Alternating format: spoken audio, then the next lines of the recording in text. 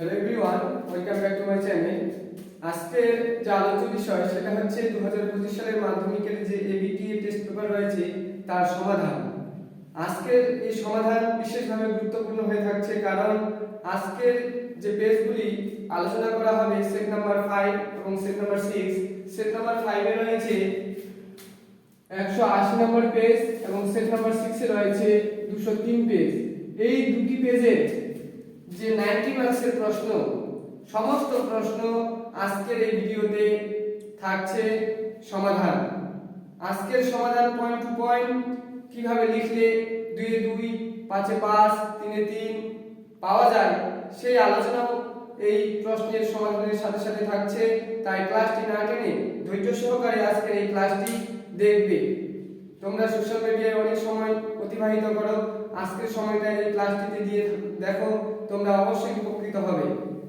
তো তোমরা জানো যে প্রশ্নের যে প্যাটার্ন, সেই প্রশ্নের প্যাটার্ন এমসিকিউ থাকছে আমাদের কটা? 14টা। 14 একে 14 নাম্বার, তারপরে থাকবে ট্রু ফলস অর্থাৎ শুদ্ধ অশুদ্ধ থাকবে 6টা, 6 একে 6 নাম্বার। তারপরে ব্ল্যাঙ্ক থাকবে 6 একে 6 নাম্বার, ব্ল্যাঙ্ক 6 নাম্বার। তারপরে থাকবে এক কথায় অর্থাৎ এসকিউ 6 একে 6 নাম্বার। তারপরে লেফট এন্ড রাইট যেটা ম্যাচিং সেটা থাকবে 4 নাম্বার। তো 36 নাম্বার থাকছে।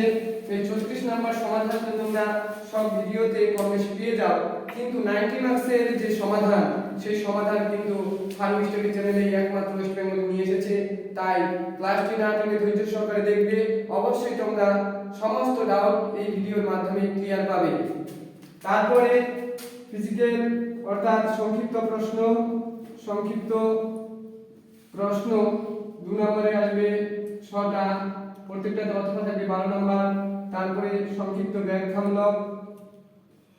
ব্যাখ্যামূলক থাকছে 3, 3, 4, 12, প্রত্যেকটাতে অথবা থাকবে, খুব সুবিধাজনক একটি বিষয়। তারপরে ফিজিক্যাল জিওগ্রাফি থাকবে 5 গুণা 10 নাম্বার। তারপরে ইকোনমিক জিওগ্রাফি থাকবে 5 গুণা 10 নাম্বার। তো টোটাল যোগ করলে আমরা এখানে 44 পাবো আর ওখানে 36, তাহলে 80 হলো। ম্যাপ পয়েন্টিং আমাদের থাকছে 10, ম্যাপ পয়েন্টিং 10, তাহলে 90 মার্কস হয়ে গেল। এই 90 মার্কস পুরো আজকের এই সমাধান থাকছে পিডিএফ সহকারে ফারুক স্টাডি চ্যানেলে। এই পিডিএফ তোমরা পেয়ে যাবে ফারুক স্টাডি যে টেলিগ্রাম চ্যানেল রয়েছে, সেখানে তোমরা ডেসক্রিপশন বক্সে গেলেও পাবে এবং টেলিগ্রাম চ্যানেলে জয়েন করলেও কিন্তু এই পিডিএফ গুলো পাবে। তাই ক্লাসটি দেখার সাথে সাথে লাইক ও কমেন্ট দিয়ে আপনাদের উপস্থিতি অবশ্যই জানাবেন এবং ফারুক স্টাডি চ্যানেলের নতুন সদস্য হয়ে থাকলে চ্যানেলটিকে সাবস্ক্রাইব করে নেবেন। আজকে এই এবিটিএ টেস্ট পেপারের 180 ও 203 পেজ কি কি রয়েছে প্রশ্ন, সেগুলো পয়েন্ট টু পয়েন্ট দেখার জন্য আপনাদের অনুরোধ রইল। ক্লাসটি দেখবেন না টেনে। চলুন দেখে নিই কি আছে।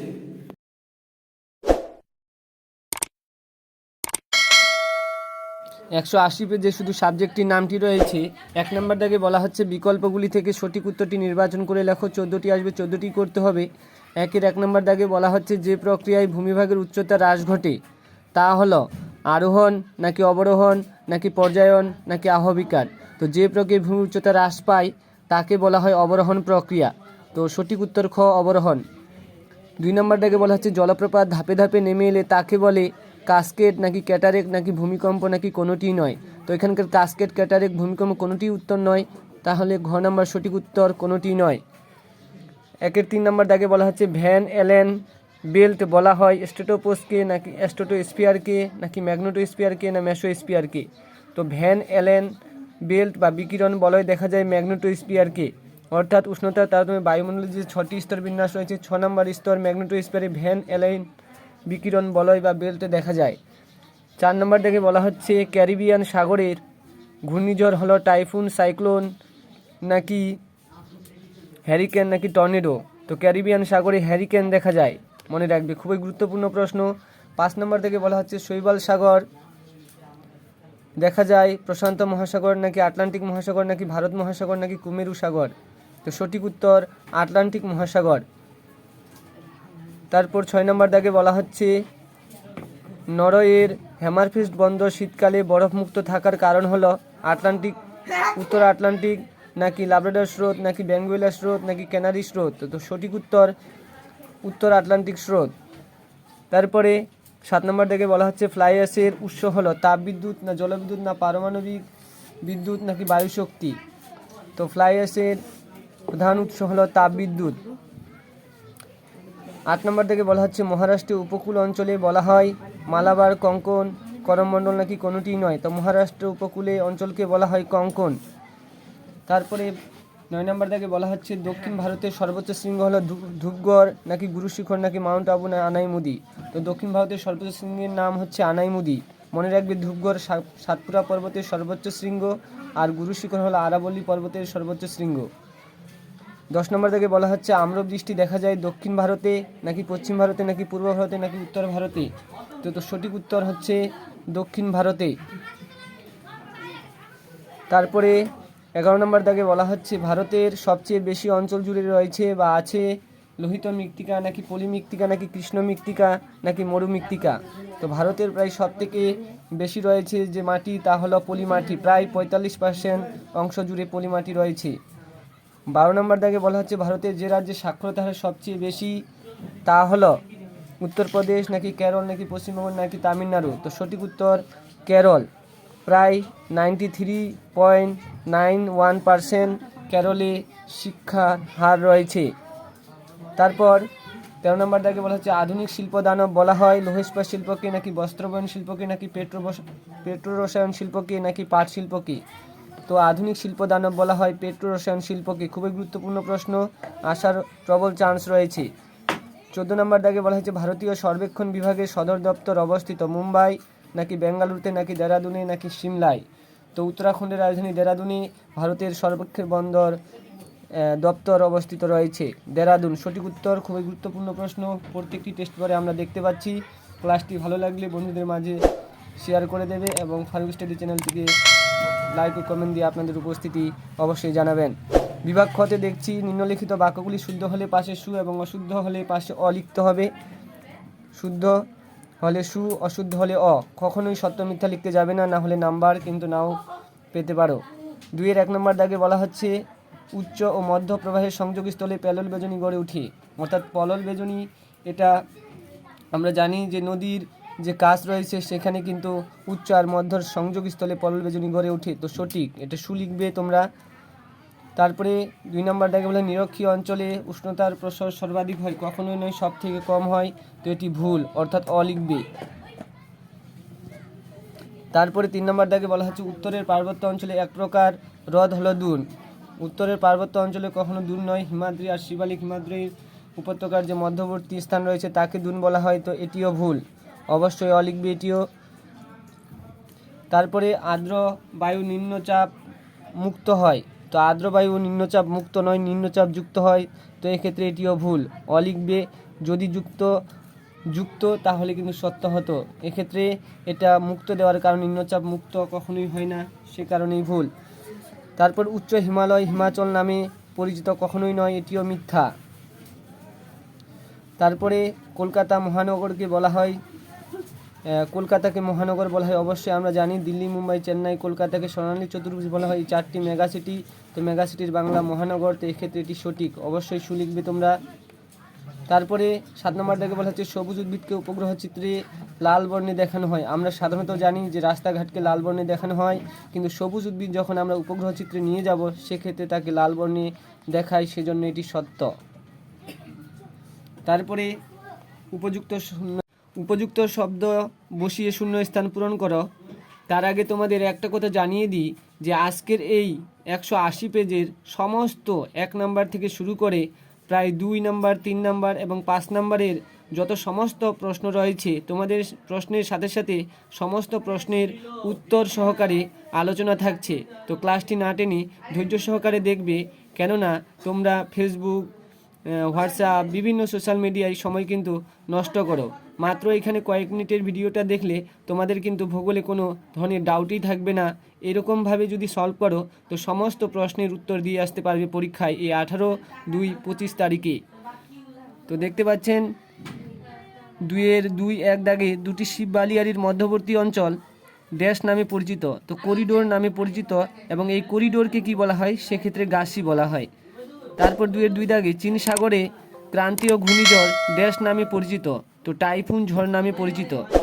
2-3 দাগে বলা হচ্ছে ভরা কোটালের সময় সমুদ্রের জল প্রবল বেগে মোহনা দিয়ে নদীতে প্রবেশ করে, একে ড্যাশ বলা হয়, তো বানডাকা বলা হয়। সঠিক উত্তর বানডাকা। 3-4 দাগে বলা হয়েছে দেবপ্রয়োগে ভাগীরথী ও ড্যাশ নদীর মিলনে গঙ্গা নদীর সৃষ্টি হয়েছে, তো সঠিক উত্তর হবে অলকানন্দা। 2-5 দাগে বলা হয়েছে ড্যাশ শহরকে দক্ষিণ ভারতের ম্যানচেস্টার বলা হয়, তো কোয়েম্বাটুর শহরকে দক্ষিণ ভারতের ম্যানচেস্টার বলা হয়। এক্ষেত্রে 3টা ম্যানচেস্টার আছে, জেনে রাখা ভালো যে উত্তর ভারতের ম্যানচেস্টার দিলে সেক্ষেত্রে কানপুর উত্তর হবে উত্তরপ্রদেশের, আর যদি ভারতের ম্যানচেস্টার সিম্পলভাবে দেয় তো ভারতের ম্যানচেস্টার বলা হয় গুজরাটের আহমেদাবাদকে। তারপর 2-6 দাগে বলা হয়েছে ভারতে ড্যাশ সালে মেট্রো রেল চালু হয়, তো সেক্ষেত্রে ভারতে 1984 সালে মেট্রো রেল চালু হয় বা পাতাল রেল চালু হয় পশ্চিমবঙ্গের রাজধানী কলকাতায়।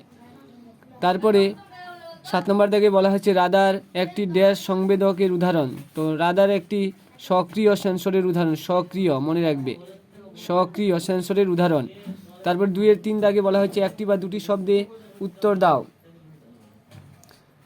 2-3 দাগে বলা হচ্ছে আহবিকারের ফলে সৃষ্ট শিলাচূর্ণকে কি বলে, তো এক্ষেত্রে র্যাগোলিথ বলা হয়, র্যাগোলিথ মনে রাখবে, র্যাগোলিথ। তারপর 2 দাগে বলা হচ্ছে ভারতের নায়িকারা কোন জলপ্রপাতকে বলে, তো এক্ষেত্রে উত্তর হবে চিত্রকূট, চিত্রকূট জলপ্রপাতকে বলা হয়, চিত্রকূট। 3 দাগে বলা হয়েছে দাক্ষিণাত্য মালভূমির সর্বোচ্চ শৃঙ্গের নাম কি, তো দাক্ষিণাত্য মালভূমির সর্বোচ্চ শৃঙ্গের নাম হচ্ছে আনাইমুদি, আনাইমুদি।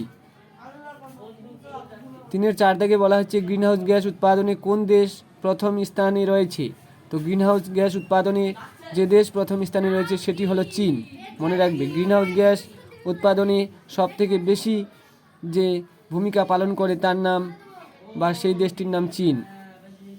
তারপরে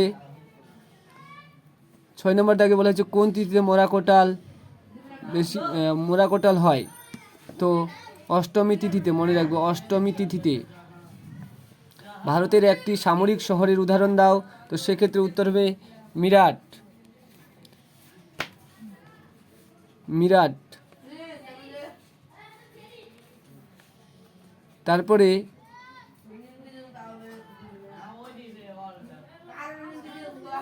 2-3-8 এফসিসি শব্দের অর্থ কি, তো এফসিসি শব্দের অর্থ হচ্ছে ছদ্মরং, মনে রাখবে, ছদ্মরং বা ফলস কালার। তারপরে একটা প্রশ্ন ছাড়া গেছে, 2-3-5 দাগে বলা হয়েছে পশ্চিমী ঝঞ্ঝার উৎপত্তি কোথায়, তো পশ্চিমী ঝঞ্ঝার উৎপত্তি হচ্ছে ভূমধ্য সাগরে, মনে রাখবে, ভূমধ্য সাগরে হলো, ভূমধ্য সাগরে পশ্চিমী ঝঞ্ঝার উৎপত্তি হয় ভূমধ্য সাগরে, মনে রাখবে। ক্লাসটি ভালো লাগলে অবশ্যই লাইক ও কমেন্ট দিয়ে আপনাদের উপস্থিতি জানাতে ভুলবেন না। তারপর বলা হয়েছে বাম দিকের সাথে ডান দিক মিলিয়ে লেখো, 4টি আসবে, 4টি মেলাতে হবে। তো 2-4 দাগে বলা হয়েছে তাল, তাল তাহলে কি হবে, তাল হলো কুমায়ুন হিমালয়ে অবস্থিত একটি হ্রদ, কুমায়ুন হিমালয়ে অবস্থিত একটি হ্রদের নাম তাল। ভেম্বানাথ, ভেম্বানাথ কোথায় রয়েছে, সেটা রয়েছে কেরল রাজ্যে, কেরল রাজ্যে রয়েছে। গাড়ি নির্মাণ শিল্প, গাড়ি নির্মাণ শিল্প রয়েছে কি কোথায়, গুরগাঁও, গুরগাঁও। ব্লিজার্ড কি, ব্লিজার্ড হলো একটি শীতল স্থানীয় বায়ু, ব্লিজার্ড শীতল স্থানীয় বায়ুর নাম হচ্ছে ব্লিজার্ড, মনে রাখবে। তারপরে তোমাদের যে বিভাগ গ রয়েছে সব থেকে গুরুত্বপূর্ণ আজকের ক্লাসটির জন্য, যে নিচের প্রশ্নগুলির সংক্ষিপ্ত উত্তর দাও, কিভাবে লিখতে হয় না লিখতে হয় পয়েন্ট টু পয়েন্ট সহকারে আজকের ক্লাসে আমরা জানবো। যেরকম ক্যাবনিয়নের সংজ্ঞা, উদাহরণ, বৈশিষ্ট্য, এরকমভাবে পরপর তোমাদের সামনে নিয়ে আসতে চলেছি। বিভাগ গ 3 দাগে বলা হয়েছে নিচের প্রশ্নগুলির সংক্ষিপ্ত উত্তর দাও। প্রত্যেকটি প্রশ্নে 2 নাম্বার করে রয়েছে, 6টি প্রশ্নে উত্তর দিতে হবে, প্রত্যেকটাই অথবা রয়েছে। 3-1 দাগে প্রশ্ন রয়েছে ক্যাবনিয়ন নয়, এটি টাইপিং মিস্টেক হয়েছে, এটা হবে ক্যানিয়ন কি, কিভাবে উত্তরটি লিখবে দেখে নাও সংজ্ঞা, বৈশিষ্ট্য, উদাহরণ সহকারে। তোমাদের একটি কথা বলে দিই, Farooq study centre FSC ABTA test paper 2025 solution page number 180 marks 2 6 দুগুণে 12। তো 3-এর এক দাগে প্রশ্ন ছিল ক্যানিয়ন কাকে বলে। ক্যানিয়ন তোমরা সংজ্ঞা উদাহরণ বৈশিষ্ট্য সহকারে লিখবে। সংজ্ঞাতে বলা হয়েছে নদী যখন উচ্চ গতিতে কঠিন শিলা দ্বারা গঠিত শুষ্ক পার্বত্য অঞ্চলের উপর দিয়ে প্রবাহিত হয় তখন নদীর পার্শ্বক্ষয় অপেক্ষা নিম্নক্ষয় বেশি করে। বলে নদী অত্যন্ত সংকীর্ণ দীর্ঘ গভীর হয়ে ইংরেজি আই অক্ষরের মতো দেখতে উপত্যকা গঠন করে। এই ধরনের ভূমিরূপকে ক্যানিয়ন বলা হয়। ওকে, তারপর উদাহরণ দেবে গ্র্যান্ড ক্যানিয়ন, যা আমেরিকা যুক্তরাষ্ট্রের কালোরাডো নদীর মানে ক্যানিয়ন। বৈশিষ্ট্য সহকারে নাম্বার এ দিয়ে লিখবে সাধারণত বৃষ্টিহীন চুনাপাথর যুক্ত শুষ্ক অঞ্চলেই ক্যানিয়ন দেখা যায়। বি নাম্বার দিলকে পার্শ্ব দেশের ঢাল খুবই খারাপ হয়ে থাকে। তো এরকম ভাবে 2 নম্বরে প্রত্যেকটি প্রশ্ন সংজ্ঞা বৈশিষ্ট্য উদাহরণ সহকারে লিখতে হবে। এবার দাগে অথবা প্রশ্ন রয়েছে ফিওর্ড কাকে বলে। তো ফিওর্ড কিভাবে লিখবে দেখে নাও। ফিওর্ড পয়েন্ট করে লিখবে সমুদ্র উপকূলে মহাদেশীয় হিমবাহের ক্ষয়ের ফলে অনেক সময় সমুদ্র তল অপেক্ষা গভীর উপত্যকার সৃষ্টি হয়। এইরূপ জলমগ্ন উপত্যকাকে ফিওর্ড বলে। উদাহরণ পয়েন্ট করে লিখবে পৃথিবীর গভীরতম ফিওর্ড হলো নরওয়ের সোজানে ফিওর্ড। ওকে, তারপর রয়েছে 2 নম্বর দাগে হিমপ্রাচীর কাকে বলে। তো দেখে নাও হিমপ্রাচীর সংজ্ঞা দিয়ে কিভাবে লিখতে হয়। প্রাচীর পয়েন্ট করবে। হিমপ্রাচীর পয়েন্ট করার পর লিখবে যে সীমারেখা দ্বারা উষ্ণ সমুদ্র স্রোতের জলরাশি এবং শীতল সমুদ্র স্রোতের গাঢ় সবুজ জলরাশি পরস্পর মিলিত হয় এবং উভয় জলরাশির সীমারেখা স্পষ্ট বোঝা যায় তাকে হিমপ্রাচীর বলে। উদাহরণ দিয়ে লিখবে আটলান্টিক মহাসাগরের কানাডা ও মার্কিন যুক্তরাষ্ট্রের উত্তর পূর্ব উপকূলে হিমপ্রাচীর অবস্থিত। তারপর বৈশিষ্ট্য পয়েন্ট করে লিখবে এ এবং বি নাম্বার দিয়ে। এ দিয়ে বলবে এটি হলো সম্পূর্ণ বিপরীত ও বিপরীতমুখী দুই স্রোতের মিলনস্থল। তারপরে বি নাম্বার লিখবে দুটি সমুদ্র স্রোতের মিলন হওয়ার ফলে এখানে দুর্যোগপূর্ণ আবহাওয়া বিরাজ করে। ওকে, তো এরকম ভাবে হিমপ্রাচীর সংজ্ঞা দেবে। তারপর 3-এর অথবা বলা হয়েছে ধারণ অববাহিকা কাকে বলে। খুবই গুরুত্বপূর্ণ প্রশ্ন। এই প্রশ্নটি ধারণ অববাহিকা বা জলবিভাজিকা কাকে বলে। দুটার মধ্যে একটা প্রশ্ন আসবে। দেখে নাও কিভাবে লিখতে হবে সংজ্ঞা বৈশিষ্ট্য উদাহরণ। 3-এর 2 দাগে অথবা প্রশ্ন রয়েছে ধারণ অববাহিকা কাকে বলে। তার আগে একটি কথা বলে দিই, এফএসসি সেন্টার অর্থাৎ Farooq study centre ABTA test paper 2025 সালে সমস্ত সেট তোমাদের সামনে সলিউশন তুলে ধরবে। সেই জন্য ফারুক স্টাডি চ্যানেলের পাশে থাকবেন, অর্থাৎ সাবস্ক্রাইব করে নেবেন এবং লাইক ও কমেন্ট দিয়ে আপনাদের উপস্থিতি জানাবেন। তো ধারণ অববাহিকার সংজ্ঞা কিভাবে তোমরা লিখবে। ফারুক স্টাডি সেন্টার নিজের বুদ্ধিমত্তায় এই নোটগুলো নিজের হাতে লিখে টাইপিং করে তোমাদের সামনে তুলে ধরছে, তাই ক্লাসটি না টেনে ধৈর্য সহকারে দেখবেন। এরকম ভাবে যদি তোমরা পরীক্ষায় লিখে আসতে পারো তো প্রত্যেকটি প্রশ্নতে তোমরা 2-2 পাবে এবং ভূগোলে 90-90 লিখিত পাবে, 10 প্রজেক্টে দিয়ে দিবে। তো 100-100 তোমরা তুলতে পারবে। আমি 2014 থেকে কোচিং করাই বিভিন্ন ছাত্রছাত্রীদের, তারা এ পর্যন্ত আমার কাছে 13 জন 100-তে 100 ভূগোলে পেয়েছে এবং যারাই পড়েছে বেশিরভাগটা অংশ 90 পেয়েছে ভূগোলে এবং 10 প্রজেক্ট এবং 90 মার্কসের উপরে সবাই প্রায় ছিল। যারা খুব কম পড়লেও 60-70-এর নিচে কোনো স্টুডেন্ট পায়নি, খারাপ স্টুডেন্টগুলো 60-70 পেয়েছে। দেখো ধারণ অববাহিকা কিভাবে লিখতে হবে। যখন উচ্চ পার্বত্য বা মালভূমি অঞ্চলে নদীর উৎস এলাকায় অসংখ্য ক্ষুদ্র ক্ষুদ্র জলাধারা পরস্পর একত্রে মিলিত হয়ে প্রধান নদীরূপে একটি নির্দিষ্ট খাত বরাবর নিম্নভূমি অঞ্চলের দিকে প্রবাহিত হয় এবং উৎস অঞ্চলের উপনদী সহ প্রধান নদী খাড়া ঢালু সংকীর্ণ অববাহিকাকে ধারণ অববাহিকা বলে। নিজের হাতে লেখা নোট দেখবে কোনো বইয়ের সাথে কোনো মিল নেই। দেখো বৈশিষ্ট্য কি দেবে। এ নাম্বার দিয়ে লিখবে ইহা খাড়া ঢালু ও সংকীর্ণ প্রকৃতির হয়। বি নাম্বার দিয়ে লিখবে ধারণ অববাহিকায় নদীর নিম্নক্ষয় সব থেকে বেশি হয়। মনে রাখবে 1 নম্বরে এমসিকিউ প্রশ্ন হতে পারে। উদাহরণ দেবে গঙ্গা নদীর ধারণ অববাহিকা উত্তরাঞ্চলের হিমালয় পার্বত্য অঞ্চল। তো এরকম ভাবে তোমরা যদি প্রত্যেকটি নোট লিখতে পারো তবে 2-2 কোনো টিচারের ক্ষমতা নেই কাটার। 3-এর 3 দাগে প্রশ্নে বলা হয়েছে বর্জ্য ব্যবস্থাপনা বলতে কি বোঝো। দেখো বর্জ্য ব্যবস্থাপনার সংজ্ঞা বৈশিষ্ট্য এবং গুরুত্ব তুলে ধরতে হবে। কিভাবে লিখতে হবে দেখে নাও। বর্জ্য ব্যবস্থাপনা পয়েন্ট করে তোমরা লিখবে যে পরিকল্পনায় নিরাপত্তা এবং পরিবেশগত উদ্বেগগুলিকে মোকাবেলা করার সময় নিষ্পত্তির পদ্ধতি, উপকরণ, পৃথকীকরণ, পরিবহন এবং সঞ্চয় স্থান সহ বিভিন্ন বর্জ্য প্রবাহকে কিভাবে পরিকল্পনা এবং পরিচালনা করা যায় তা নির্ধারণের যে প্রক্রিয়া তাকে বর্জ্য ব্যবস্থাপনা বলা হয়। ওকে, তারপর গুরুত্বপূর্ণ করে লিখবে বর্জ্য হ্রাস করা শুধুমাত্র পরিবেশকে রক্ষা করবে এমনটা নয়, বরং খরচ সাশ্রয় করবে বা নিষ্পত্তির জন্য খরচ কমবে। তো বর্জ্য ব্যবস্থাপনা একটি হলো অনুকূল দিক। এভাবে তোমরা নোটটিকে 2 লিখবে। এবার 3-এর 3 দাগে অথবা প্রশ্ন রয়েছে অরণ্য বর্জ্য কি? তাহলে অরণ্য বর্জ্যের সংজ্ঞা দিতে হবে এবং উদাহরণ দিতে হবে। দেখে নাও কিভাবে লিখতে হবে। দেখো, অরণ্য বর্জ্য পয়েন্ট করে লিখবে যে সমস্ত বর্জ্য অরণ্য বা বনজঙ্গলে বিভিন্ন উৎস থেকে আসা নানানজাত পদার্থ মানুষের দৈনন্দিন জীবনে ব্যবহারের কাজে আসে না, সেই সমস্ত বর্জ্যকে অরণ্য বর্জ্য বলা হয়। ওকে, তারপর উদাহরণ লিখবে অরণ্যের গাছপালার ছাল বা খোসা। এই সমস্ত বিষয়গুলো আমরা ধরো একটা অরণ্য গেলাম বা বনজঙ্গলে গেলাম, একটা গাছ কেটে নিলাম, সেই গাছের যে ডালপালা বিভিন্ন নোংরা আবর্জনা পড়ে থাকলো তাকে এক কথায় আমরা অরণ্যের বর্জ্য বলতে পারি। ওকে, তো এরকম ভাবে তোমাদের নোটে লিখতে হবে। তারপর 3-এর 4 দাগ প্রশ্নে আছে কৃষিকাজ বলতে কি বোঝো? দেখো, কৃষিকাজ আমাদের এক চ্যাপ্টারেই রয়েছে। সেই কৃষিকাজ একটা বড় অধ্যায়, সেই অধ্যায় থেকে টপিকটাই তুলে দিয়েছে যে কৃষিকাজ বলতে কি বোঝো। এটা তোমাকে পরীক্ষা করার জন্য দিয়েছে। এই প্রশ্নটা এত সহজ যে কোন স্টুডেন্ট কিভাবে লিখতে পারে সেটাই কিন্তু যাচাই করার জন্য এই পুরো অধ্যায় থেকে কৃষিকাজ টপিকটি দিয়ে দিয়েছে 2 নম্বরে। দেখো কিভাবে লিখতে হবে, দেখে নাও। কৃষিকাজ পয়েন্ট করে অর্থ লিখবে, মিনিং। যে কৃষি এর ইংরেজি শব্দ হলো এগ্রিকালচার, যা লাতিন শব্দ এগার থেকে এসেছে, যার অর্থ হলো ফিল্ড বা ক্ষেত্র।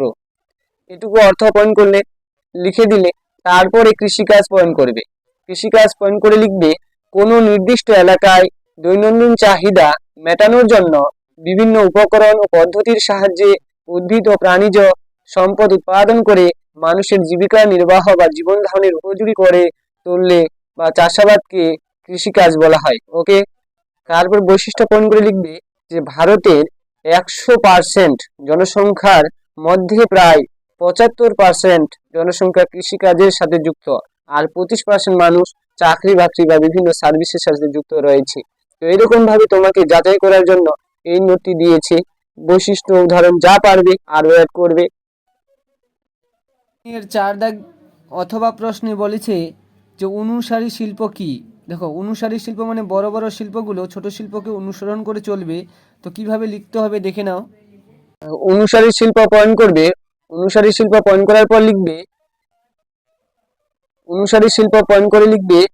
কোনো বৃহৎ আয়তন শিল্পের পাশে যখন অসংখ্য ছোট ছোট শিল্প গড়ে ওঠে সেই শিল্প সমূহকে অনুসারী শিল্প বলা হয়। ওকে, তার উদাহরণ পয়েন্ট করবে লিখবে পেট্রোলিয়াম শিল্পকে ভিত্তি করে অসংখ্য ছোট ছোট শিল্প গড়ে উঠেছে। এরকম ভাবে তোমরা অনুসারী শিল্পের সংজ্ঞাটা দেবে, পারলে 2-1টা বৈশিষ্ট্য তুলে ধরবে। তারপর 3-এর 5 নাম্বার দাগে বলা হয়েছে দুন বলতে কি বোঝো? দুন মানে কোনো বাতাস নয়। দুন হলো শিবালিক ও হিমাদ্রি উপত্যকার যে মধ্যবর্তী উপত্যকা, যেমন উত্তরাখণ্ড রাজ্যের রাজধানীর দেরাদুন নিয়ে আমরা দুন উপত্যকা দেখতে পাই। দেখো কিভাবে লিখতে হবে। দেখো, দুন পয়েন্ট করার পর লিখবে শিবালিক ও হিমাদ্রি উপত্যকার মধ্যবর্তী স্থানকে এক কথায় দুন বলে। ওকে, উদাহরণ পয়েন্ট করে লিখবে ভারতের উত্তরাখণ্ড রাজ্যের প্রকৃষ্ট উদাহরণ হলো দেরাদুন উপত্যকা। ওকে, পারলে চিত্রটা একটু দেখিয়ে দিলে যে উপত্যকা এরকম ভাবে যে উপত্যকা একটা অবস্থার সৃষ্টি করে, এরকম ভাবে চিত্রটুকু দেখিয়ে দেবে। ওকে, তারপর 3-এর 6 দাগে বলা হয়েছে ভূবৈচিত্র্য সূচক মানচিত্র কাকে বলে? মানে লাস্ট চ্যাপ্টার 6 নম্বর চ্যাপ্টার থেকে দিয়েছে ভূবৈচিত্র্য সূচক মানচিত্র কাকে বলে। দেখে নাও কিভাবে এই প্রশ্নের উত্তরটি লিখবে। ভূবৈচিত্র্য সূচক মানচিত্র পয়েন্ট করে লিখবে যে ভূবৈচিত্র্য সূচক মানচিত্র হলো একটি মানচিত্র যেখানে স্পষ্টভাবে ভৌগোলিক বিষয়গুলির উপর ভিত্তি করে বিভিন্ন তথ্য জোগাড় করে উপস্থাপন করে মানচিত্রে বিভিন্ন পরিকল্পনা তৈরি করা হয়, তাকে ভূবৈচিত্র্য সূচক মানচিত্র বলা হয়। ওকে, তারপরে গুরুত্ব পয়েন্ট করে লিখবে এই মানচিত্রে সাধারণত তথ্য, ওয়ারোগ্রাফি, জলবায়ু, অর্থনীতি ইত্যাদি উপস্থাপন করা হয়। তো এরকম ভাবে তোমরা ভূবৈচিত্র্য সূচক মানচিত্রের সংজ্ঞাটি দেবে এবং বৈশিষ্ট্য সহকারে গুরুত্ব সহকারে তুলে ধরবে। 6 নম্বর চ্যাপ্টার থেকে আরেকটি ফুল ফর্ম হিসাবে প্রশ্ন দিয়েছে, দেখো আরএফ। আরএফ মানে রিপ্রেজেন্টেটিভ ফ্র্যাকশন। তো এই শুধু ফুল ফর্ম লিখলে হবে না, কিভাবে লিখতে হবে, সংজ্ঞা, গুরুত্ব, বৈশিষ্ট্য দেখে নাও। আরএফ পয়েন্ট করবে, পয়েন্ট করে লিখবে full form representative fraction. Representative fraction আরটা বড় হাতের দিতে হবে, একটা বড় হাতের। তারপর আরএফ লিখবে যে আরএফ হলো একটি প্রতিনিধি ভগ্নাংশ যা মানচিত্রের দূরত্বের সাথে মাটিতে দূরত্বের অনুপাতকে তুলে ধরে। তাকে আরএফ বলা হয় বা ভগ্নাংশ সূচক মানচিত্র হিসাবে গুরুত্ব পায়। তারপরে তোমরা উদাহরণস্বরূপ যেমন দেবে যে 1:50,000 এর আরএফ মানে মানচিত্রে 1 সেন্টিমিটারে 50,000 সেন্টিমিটারের সমান। ওকে, এইরকম ভাবে তোমাদেরকে লিখতে হবে।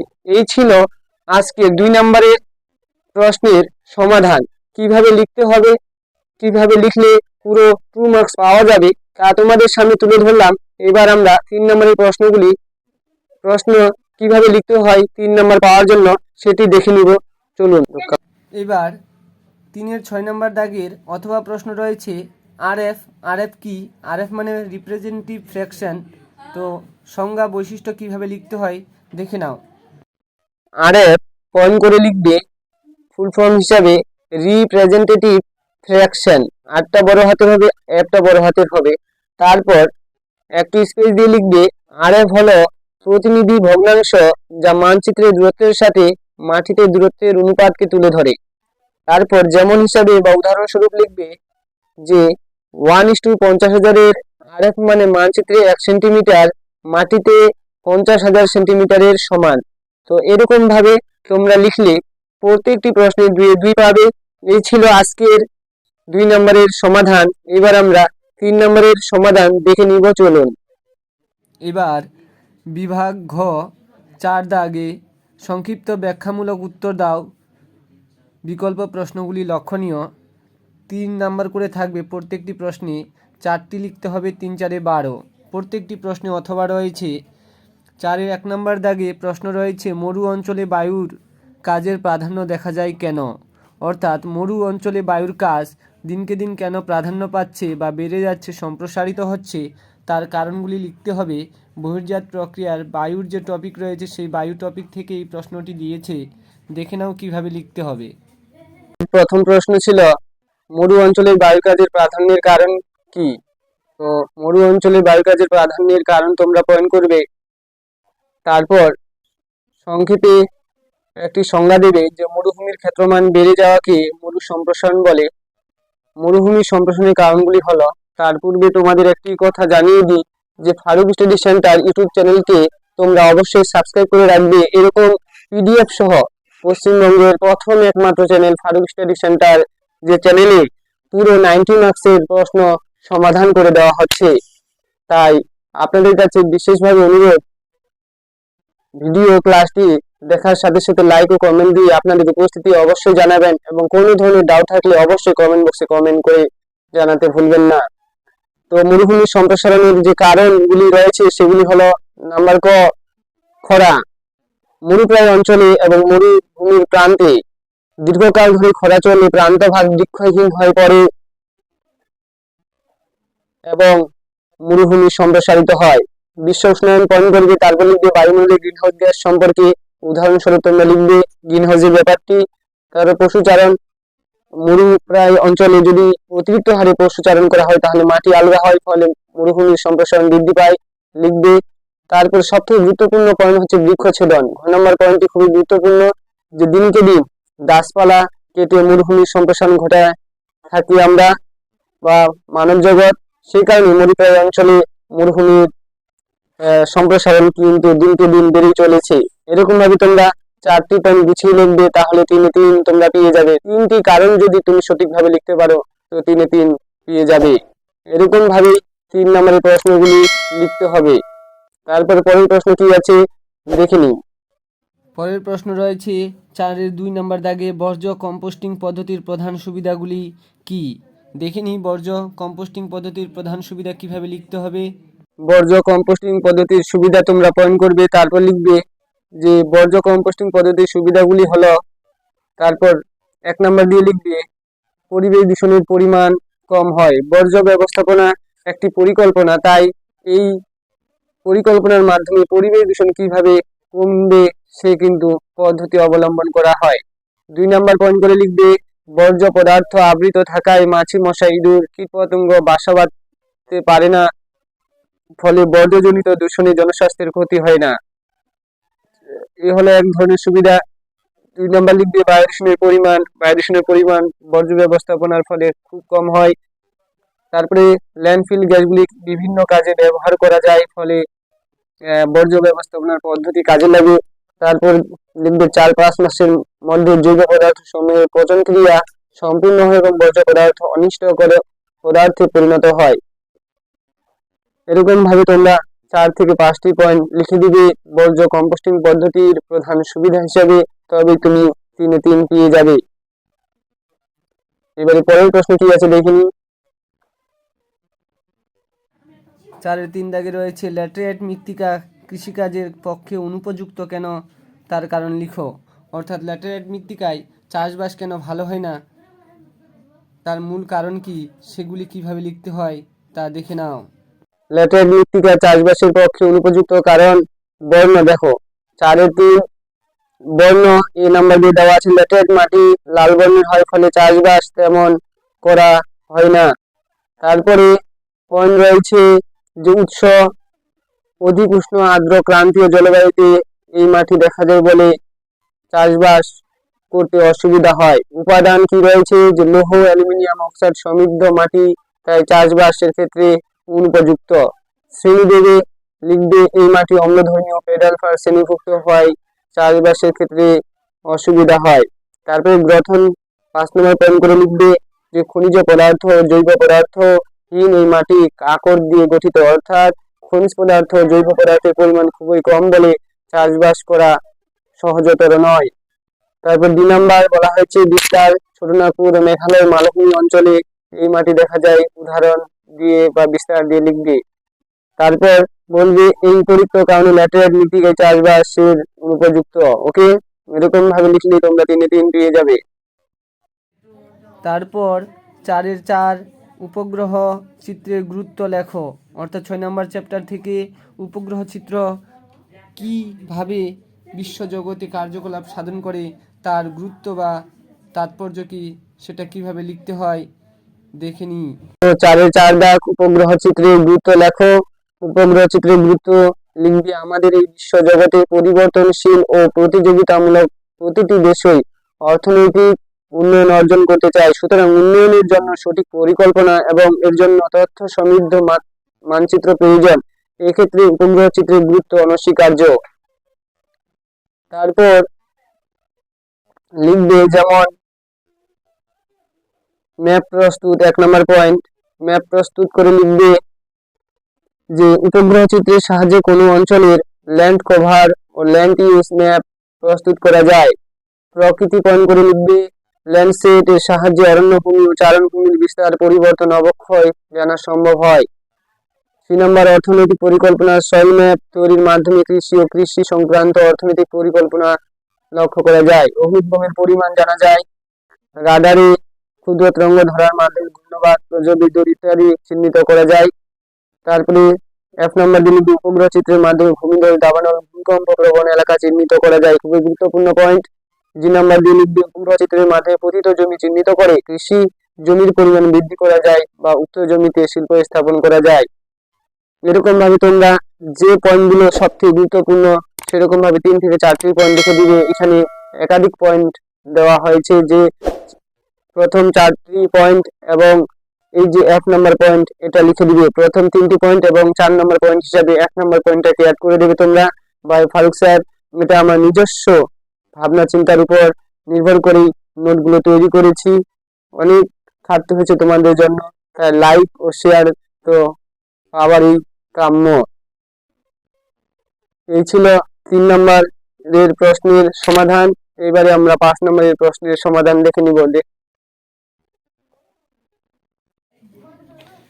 বিভাগ 5 দাগ, যে কোনো 2টি প্রশ্নের উত্তর দাও। এই প্রশ্নগুলি ভূগোলের যে দুটি পার্ট, একটা প্রাকৃতিক ভূগোল, একটা অর্থনৈতিক বা আঞ্চলিক ভূগোল। সেই প্রাকৃতিক ভূগোলের অন্তর্গত বহির্জাত প্রক্রিয়া ও তাদের দ্বারা সৃষ্ট ভূমিরূপ, বায়ুমণ্ডল এবং বাড়িমণ্ডল, এই তিনটি চ্যাপ্টারের উপর নির্ভর করে প্রাকৃতিক ভূগোলের প্রশ্ন দেওয়া হয় পাঁচের। তো পাঁচের 1 নম্বর দাগে কি প্রশ্ন রয়েছে দেখে নাও।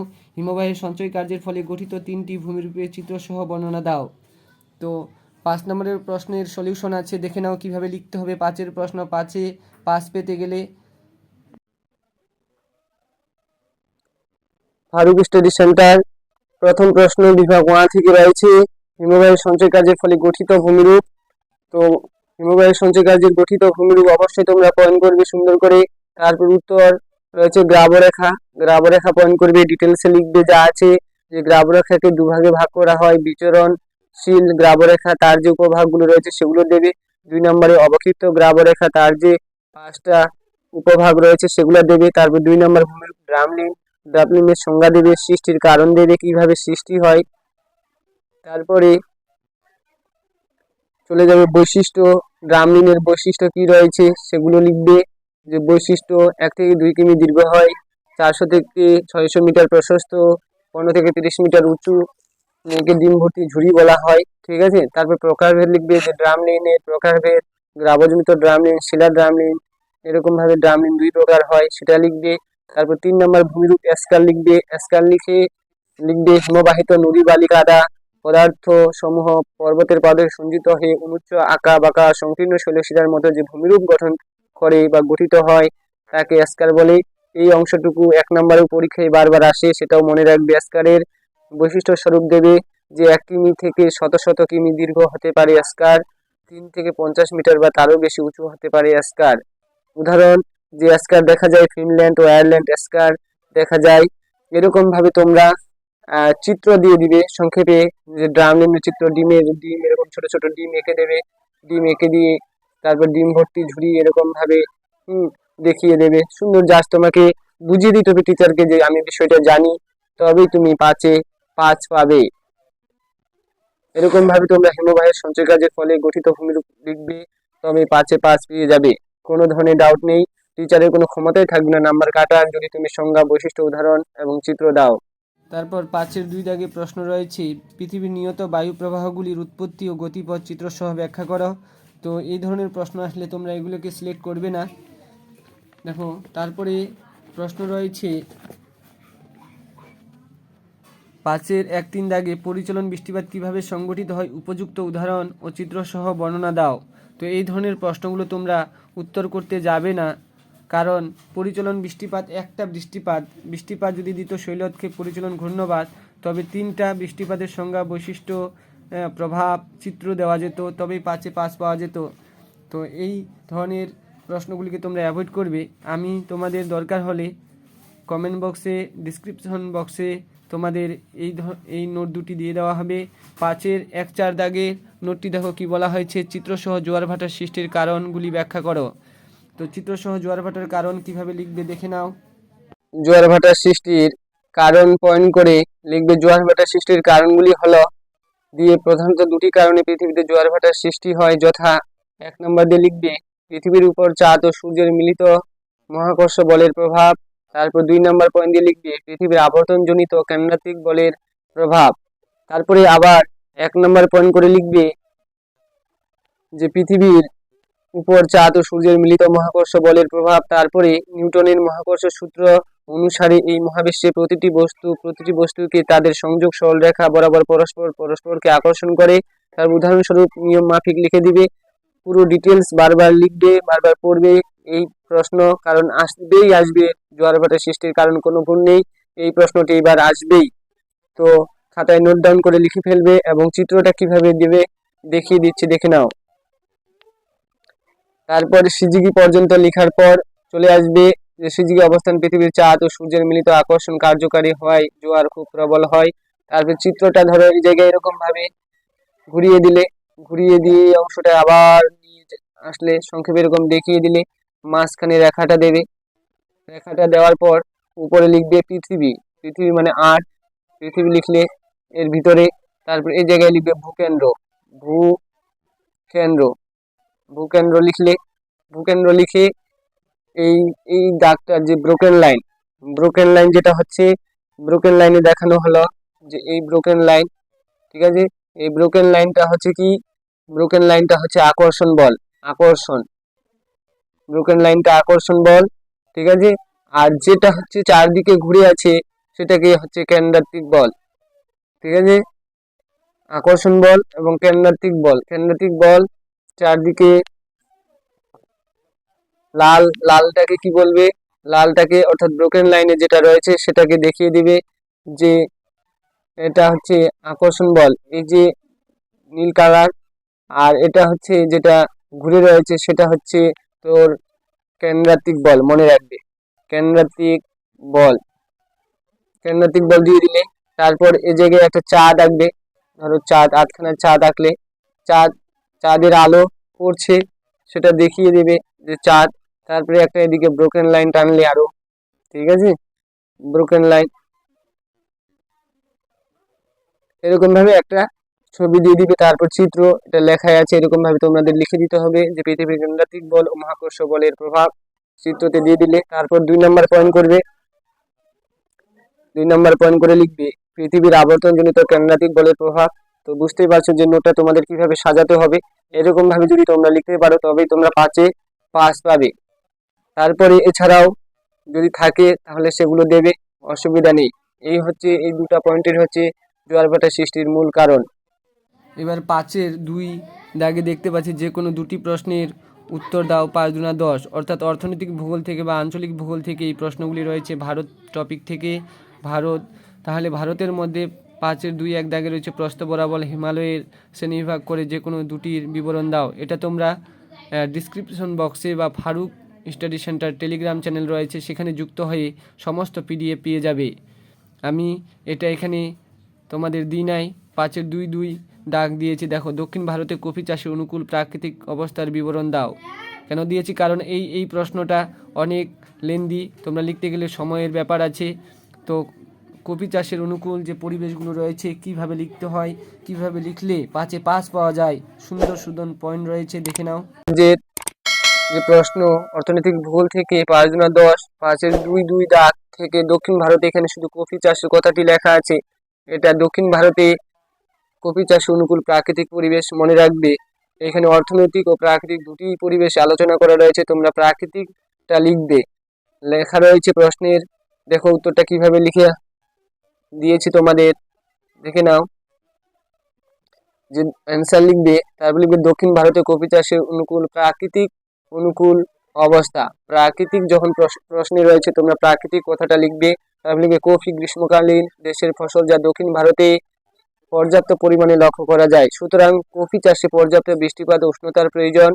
দক্ষিণ ভারতে কফি চাষে অনুকূল অবস্থাকে প্রধানত 2টি ভাগে ভাগ করা হয়, একটি প্রাকৃতিক আর একটা অর্থনৈতিক। কিন্তু তোমাদের প্রশ্নে দিয়েছে প্রাকৃতিক, আমরা প্রশ্ন প্রাকৃতিক ভাবে দেখব, যে প্রাকৃতিক ভাবে লিখতে বলেছে, শুধু প্রাকৃতিক পয়েন্টটাই আমরা কিন্তু লিখব, মনে রাখবে।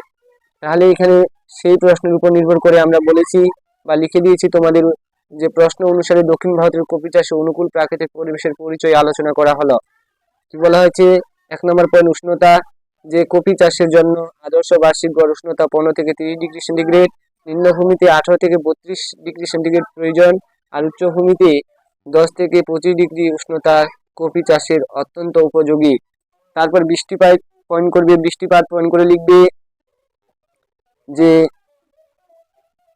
কফি চাষের জন্য 150 সেমি বৃষ্টিপাতের পরিমাণ অবশ্যই প্রয়োজন বা দরকার। মৃত্তিকা লিখবে যে উর্বর লাল দোআঁশ মৃত্তিকা ও পটাশ লোহা নাইট্রোজেন মিশ্রিত উর্বর মৃত্তিকা কফি চাষের জন্য আদর্শ। তারপরে পরের পয়েন্ট করবে যে ভূমির প্রকৃতি, যে উত্তম জল নিকাশি ব্যবস্থা থাকতে হবে, 800 থেকে 1600 মিটার মধ্যে গড় উচ্চতা থাকলে বাগিচা কৃষি চাষের উপযোগী। অন্যান্য পয়েন্ট করবে যে সরাসরি সৌর কিরণ কফি চাষের ক্ষেত্রে ক্ষতিকারক, তাই সারা বছরের ছায়া প্রদানের জন্য কফি বাগিচায় কালো, কলা, ভুট্টা প্রভৃতি গাছ লাগানো হলে কফি চাষ আদর্শ ভাবে গড়ে উঠবে বা ফলন দেবে। এ ছিল প্রাকৃতিক অনুকূল পরিবেশের ভৌগোলিক পরিবেশ। অর্থনৈতিক পরিবেশ তোমাদের নেই, তো বর্তমানে প্রয়োজন নেই। তো কিন্তু তোমরা অর্থনৈতিক যে পরিবেশ সেটা করে রাখবে। পরীক্ষায় চলে আসলো তো দক্ষিণ ভারতে কফি চাষে অনুকূল পরিবেশ আলোচনা করো, তখন তোমাকে প্রাকৃতিক এবং অর্থনৈতিক দুটাই লিখতে হবে। তো দুটাই তোমরা নোট ডাউন করে রাখবে। যেটা যদি প্রাকৃতিক আসে তো অর্থনৈতিক লিখবে না, কিন্তু বর্তমানে তোমাদের দুটাই পড়তে হবে। এই ছিল। এবারে যে প্রশ্নটির কথা তোমাদের বলবো, সে প্রশ্নটি 2025 সালের যে ফেব্রুয়ারি মাসের 18 তারিখ পরীক্ষা হতে চলেছে, সেই প্রশ্নপত্রে তোমরা পাবে। কি বলা হয়েছে প্রশ্নে? পূর্ব ভারতে লৌহ ইস্পাত শিল্প কেন্দ্রীয় ভবনের কারণগুলি ব্যাখ্যা করো। প্রশ্নটি আসবে, দেখে নাও কিভাবে লিখতে হবে, কিভাবে লিখলে পাস পাওয়া যাবে। পূর্ব ভারতে লৌহ ইস্পাত শিল্প কেন্দ্রীভবনের কারণ তোমরা সর্বপ্রথম পয়েন্ট করে লিখবে যে ভারতে 11টি বৃহৎ লৌহ ইস্পাত কারখানার মধ্যে 6টি ভারতেই অবস্থিত। এছাড়াও একটি শঙ্কর, মাঝারি, ছোট নাগপুর এগুলো লিখলে, তারপর পয়েন্ট করে বোকারো, বাউরকেল্লা, জামশেদপুর এগুলোর একটু পরিচয় দেবে। তারপরে কেন্দ্রীয় ভবনের যে কারণ সেটা একটু সংক্ষেপে লিখবে। তারপর পয়েন্ট করবে তোমরা যে কাঁচামালের যোগান বা প্রাপ্তি, কোথায় থেকে কাঁচামাল পাওয়া যাচ্ছে, লোহা, খনিজ, ঝাড়খণ্ড, চিড়িয়া, গোয়া, এই সমস্ত বিষয়গুলো তোমাদের জেলা ওয়াইজ তুলে ধরে ব্যাখ্যা করতে হবে।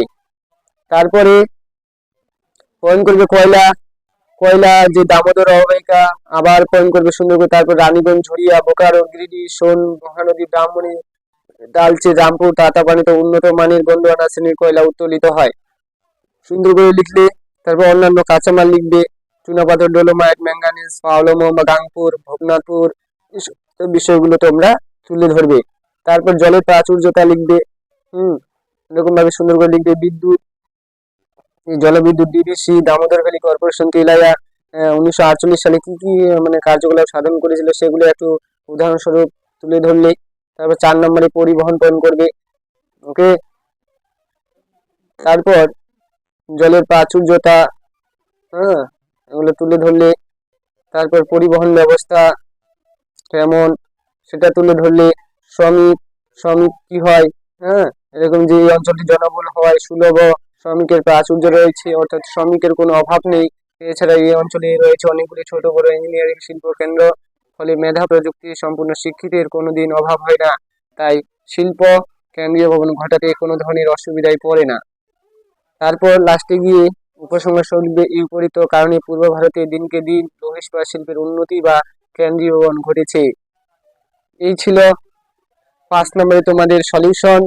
ক্লাসটি যদি ভালো লাগে বন্ধুদের মাঝে বেশি শেয়ার করে দেবে এবং ফারুক স্টাডি চ্যানেলটিকে সাবস্ক্রাইব করে নেবে এবং লাইক ও কমেন্ট দিয়ে আপনাদের উপস্থিতি জানাবেন। জানি ক্লাসটি একটু বড় হলো, কারণ দুটো প্রশ্ন পত্র 203 এবং 180 পুরো ডিটেলসে তোমাদের সামনে তুলে ধরা হলো, এবং 203 পেজ এবারে শর্ট প্রশ্ন থেকে শুরু করে যাবতীয় আবার ডিটেলসে তোমাদের সামনে তুলে ধরছি। ক্লাসটি ধৈর্য সহকারে দেখবেন, কারণ তোমরা অনেক সময় অতিবাহিত করো বিভিন্ন সোশ্যাল মিডিয়ায়। 1 ঘন্টা ও নয়, জাস্ট কয়েক মিনিটের ক্লাস। তোমরা অবশ্যই ক্লাসটি ধৈর্য সহকারে পুরোটা দেখবে, তবে কোনো ধরনের কনফিউজ তোমাদের থাকবে না। একটা টেস্ট পেপার ভালো করে সলিউশন করা মানে 10টা টেস্ট পেপার ভালো করে সলিউশন করা সমান। তো এই ছিল 180 পেজের পুরো 1 2 3 5 এর সমাধান, সমস্ত প্রশ্ন তোমাদের সাথে পরপর তুলে ধরা হলো, প্রায় 80 মার্কস। এরপর ম্যাপ পয়েন্টিং রয়েছে, ম্যাপ পয়েন্টিং তোমাদের সামনে তুলে ধরা হবে এখনই। দেখো ম্যাপ পয়েন্টিং রয়েছে কি, যে বিভাগ চ 10টা আসবে, 10টাই করতে হবে, লেখা থাকবে বিভাগ চ 6 নম্বর দাগ, প্রশ্নপত্রের সাথে প্রদত্ত ভারতের রেখা মানচিত্রের নিম্নলিখিত উপযুক্ত প্রতীক ও নাম সহ চিহ্নিত করে মানচিত্রটি উত্তরপত্রের সঙ্গে জুড়ে দাও। সাতপুরা পর্বত গুজরাটের পাশে করমণ্ডল উপকূল, দক্ষিণ ভারতে লুনি নদী ভারতের অন্তর্বাহিনী নদী, সেটা করতে হবে। বছরে 2 বার বৃষ্টিপাত যুক্ত করমণ্ডল উপকূল, তা করতে হবে। উত্তর পূর্ব ভারতের একটি ল্যাটেরাইট মৃত্তিকা অঞ্চল, দক্ষিণ ভারতের অংশ, পশ্চিম ভারতের একটি আর্দ্র ক্রান্তীয় অরণ্য ম্যাপের মধ্যে দেখানো হবে। এখনই দেখে নাও, পরপর জায়গাগুলোও তোমাদের জানতে হবে কোন জায়গাটি কোথায় আছে। পশ্চিম ভারতের একটি কার্পাস উৎপাদক অঞ্চল, পশ্চিমবঙ্গের একটি তথ্য প্রযুক্তি শিল্প কেন্দ্র, ভারতের একটি শুল্কমুক্ত বন্দর। দেখো বিভাগ চ আমাদের ম্যাপ পয়েন্টিং আসবে 6 নম্বর দাগে যে বলা থাকবে প্রশ্নপত্রের সাথে প্রদত্ত ভারতের রেখা মানচিত্রে নিম্নলিখিত উপযুক্ত প্রতীক ও নাম সহ চিহ্নিত করে মানচিত্রটি উত্তরপত্রের সঙ্গে জুড়ে দাও। অর্থাৎ ভারতের রেখা মানচিত্র আসবে, সেই ভারতের রেখা মানচিত্রে কোথায় কি রয়েছে সেগুলো তোমাকে চিহ্নিত করতে হবে। ওকে, ধরো তার আগে চিহ্নিত করার আগে তোমাকে জানতে হবে যে কোন জায়গাটি ভারতের ম্যাপের কোন অংশে রয়েছে। যেরকম সাতপুরা পর্বত 6-1 নম্বর দাগে আসছে, তাহলে গুজরাট গুজরাট যে রয়েছে সাতপুরা পর্বত তার সোজা মধ্যপ্রদেশ এর অংশবর্তী এলাকায় রয়েছে। তো সেই জায়গাটা তোমাকে অবশ্যই জানতে হবে। 2 নম্বর দাগে রয়েছে করমণ্ডল উপকূল, সেটা দক্ষিণ ভারতে রয়েছে। তারপরে নুন নদী ভারতের অন্তর্বাহিনী নদী। নুন নদী রাজস্থান দিয়ে উপরে উঠে গেছে। বছরে দুবার বৃষ্টিপাত যুক্ত করমণ্ডল উপকূল, সেগুলো এরকম ভাবে বছরে দুবার, এটাও দক্ষিণ ভারতে রয়েছে। উত্তর পূর্ব ভারতের একটি ল্যাটেরাইট মৃত্তিকা অঞ্চল, সেটাও কোথায় রয়েছে জানতে হবে। পশ্চিম ভারতের আর্দ্র ক্রান্তীয় অরণ্য, পশ্চিম ভারতের কার্পাস উৎপাদক অঞ্চল, পশ্চিমবঙ্গের একটি তথ্য প্রযুক্তি শিল্প কেন্দ্র। তারপর ভারতের একটি শুল্কমুক্ত বন্দর মানে গুজরাটের কান্ডালা, দক্ষিণ ভারতের বৃহত্তম মহানগর মুম্বাই। তো এরকম ভাবে তোমাদের সলিউশন করতে হবে। তোমাদের সামনে শুধু নাম যার জায়গাগুলো সম্পর্কে বললাম, এরপর তোমাদের সামনে ম্যাপ পয়েন্টিং নিয়ে চলে আসছি। ক্লাসটি ধৈর্য সহকারে পুরোটাই দেখবেন, তবে সমস্ত সলিউশন তোমাদের কাছে ইজি মনে হবে। এরপর আমরা দেখে নিব 203 পেজে কি কি রয়েছে। পেজ নাম্বার 203 অর্থাৎ 203 পেজে জিওগ্রাফি বিষয়ে আমরা দেখতে পাচ্ছি 1 নম্বর প্রশ্নে বলা হয়েছে বিভাগ কয়ের যে অবরোহণ প্রক্রিয়ায় প্রাকৃতিক শক্তির ক্ষয়কাজের শেষ সীমা হলো মালভূমি নাকি পর্বত নাকি সমুদ্রপৃষ্ঠ নাকি সমভূমি। তো সঠিক উত্তর গ সমুদ্রপৃষ্ঠ। তারপরে দুটি শিব বালিয়ারির মধ্যবর্তী করিডোরকে বিউট বলে না প্যান না ওয়াদি নাকি গাসি। তো দুটি শিব বালির যে মধ্যবর্তী করিডোর তা গাসি নামে পরিচিত। 3 নম্বর দাগে বলা হয়েছে বায়ুমণ্ডলের যে উপাদানের প্রভাবে আকাশে বর্ণ বৈচিত্র্য লক্ষ্য করা যায় তা হলো জলীয় বাষ্প নাকি ধূলিকণা নাকি লবণকণা নাকি জ্যানন গ্যাস। তো সঠিক উত্তর হলো ধূলিকণা। বায়ুমণ্ডলের যে উপাদানের প্রভাবে বর্ণ বৈচিত্র্যতা সব থেকে বেশি আমরা দেখতে পাই তা হলো ধূলিকণা বা অ্যারোসেল। 4 নম্বর দাগে বলা হচ্ছে এলনিনোর বছরগুলিতে ভারতে বন্যা হয় নাকি ভূমিকম্প নাকি অগ্নুদ্গম নাকি খরা। তো এলনিনো দেখা গেলে খরার সৃষ্টি হয়। এলনিনো শব্দের অর্থ দুরন্ত বালক বা যীশুখ্রিস্ট। 5 নম্বর দাগে বলা হয়েছে যে তিথিতে চাঁদ ও সূর্যের মাঝে পৃথিবী থাকে তা হলো অমাবস্যা নাকি পূর্ণিমা নাকি শুক্লপক্ষের অষ্টমী তিথি নাকি কৃষ্ণপক্ষের অষ্টমী তিথি। তো সঠিক উত্তর হবে অমাবস্যা। তারপরে পরের প্রশ্ন 6 নম্বর দাগে আগুলহাস স্রোত দেখা যায় প্রশান্ত মহাসাগরে নাকি ভারত মহাসাগরে নাকি সুমেরু মহাসাগরে নাকি আটলান্টিক মহাসাগরে। তো আগুলহাস যে স্রোত লক্ষ্য করা যায় সেটা হলো ভারত মহাসাগরে।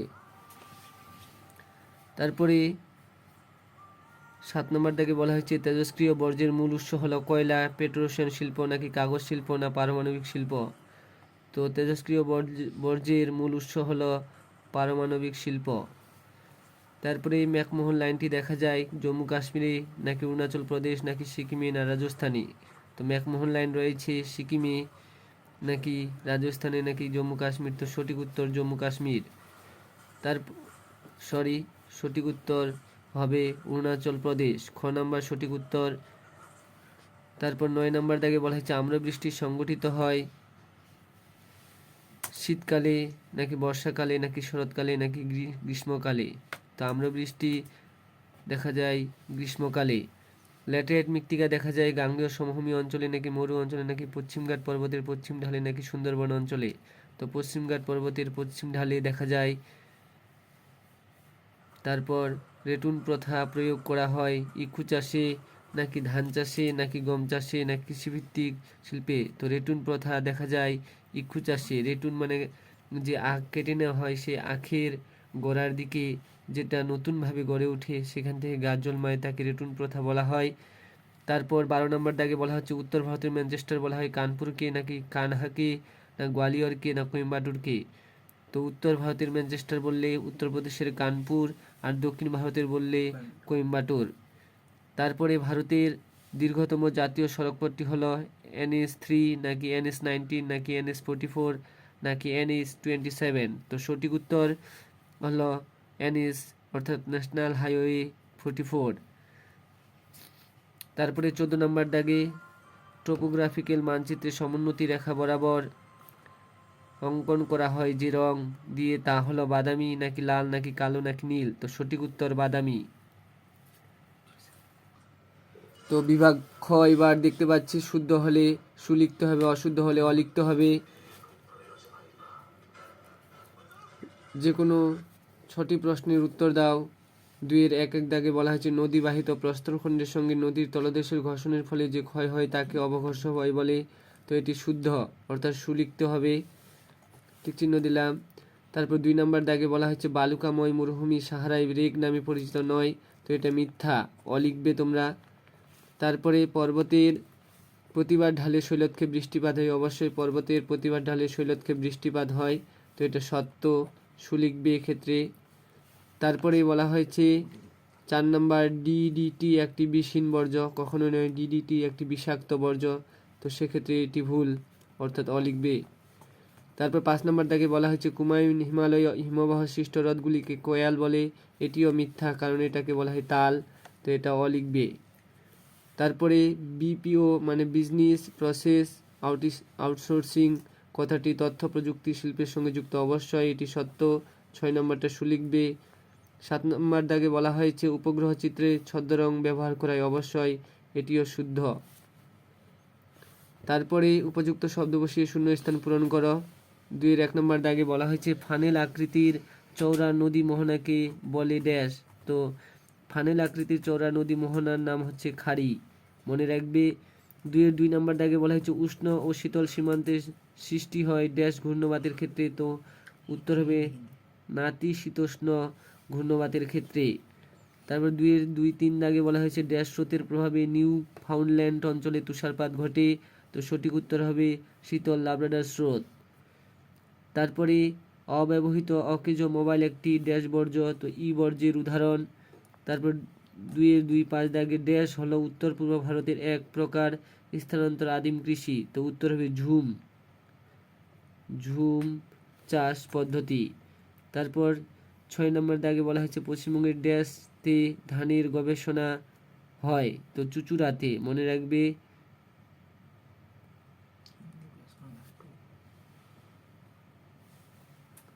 চুচুড়াতে। তারপরে স্পট নামক দূরসংবেদন উপগ্রহ ড্যাশ দেশের প্রেরিত উপগ্রহ। তো উত্তর হবে ফ্রান্সে।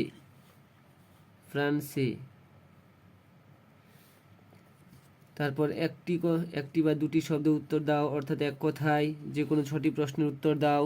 বলা হয়েছে নদী বাঁকের কোন দিকে ক্ষয় বেশি হয়।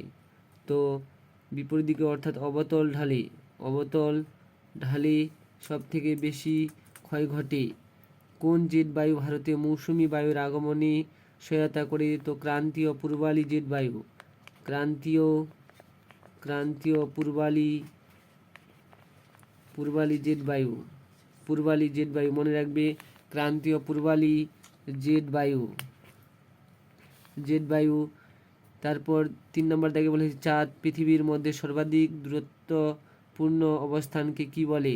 তো অ্যাপোজি বলে, মনে রাখবে, অ্যাপোজি। তারপরে 2টি পরিবেশ মিত্র বর্জ্যের উদাহরণ দাও। একটি হবে শাকসবজির খোসা, আরেকটি লিখবে পাট জাতীয় চট। 2টি পরিবেশ মিত্র, তো শাকসবজির খোসা, আরেকটি লিখবে পাট জাতীয় চট। তারপর 5 নম্বর দাগে বলা হয়েছে কোন দ্বীপের দক্ষিণতম বিন্দু ইন্দ্রা পয়েন্ট। তো উত্তর হবে আন্দামান নিকোবরের দক্ষিণ দিকে রয়েছে নিকোবর, শুধু নিকোবর লিখতে হবে, নিকোবর।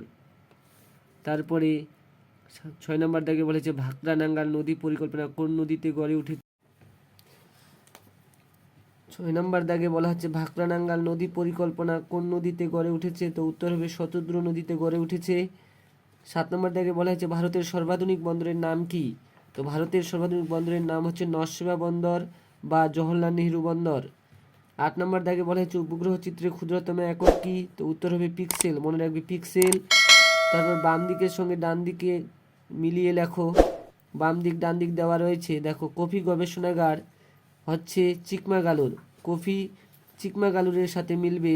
তো 1 নাম্বারটা হবে 3 নাম্বার, 3 নাম্বারের সাথে মিলবে। তারপর আধি, আধি যে এক প্রকার বায়ু সেটি রাজস্থানে লক্ষ্য করা যায়, তো এটা 4-এর সাথে মিলছে।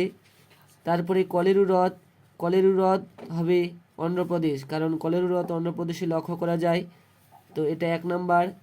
তারপরে ডেকান ট্রাপ, ডেকান ট্রাপ এক প্রকার কৃষ্ণ মৃত্তিকা স্বরূপ।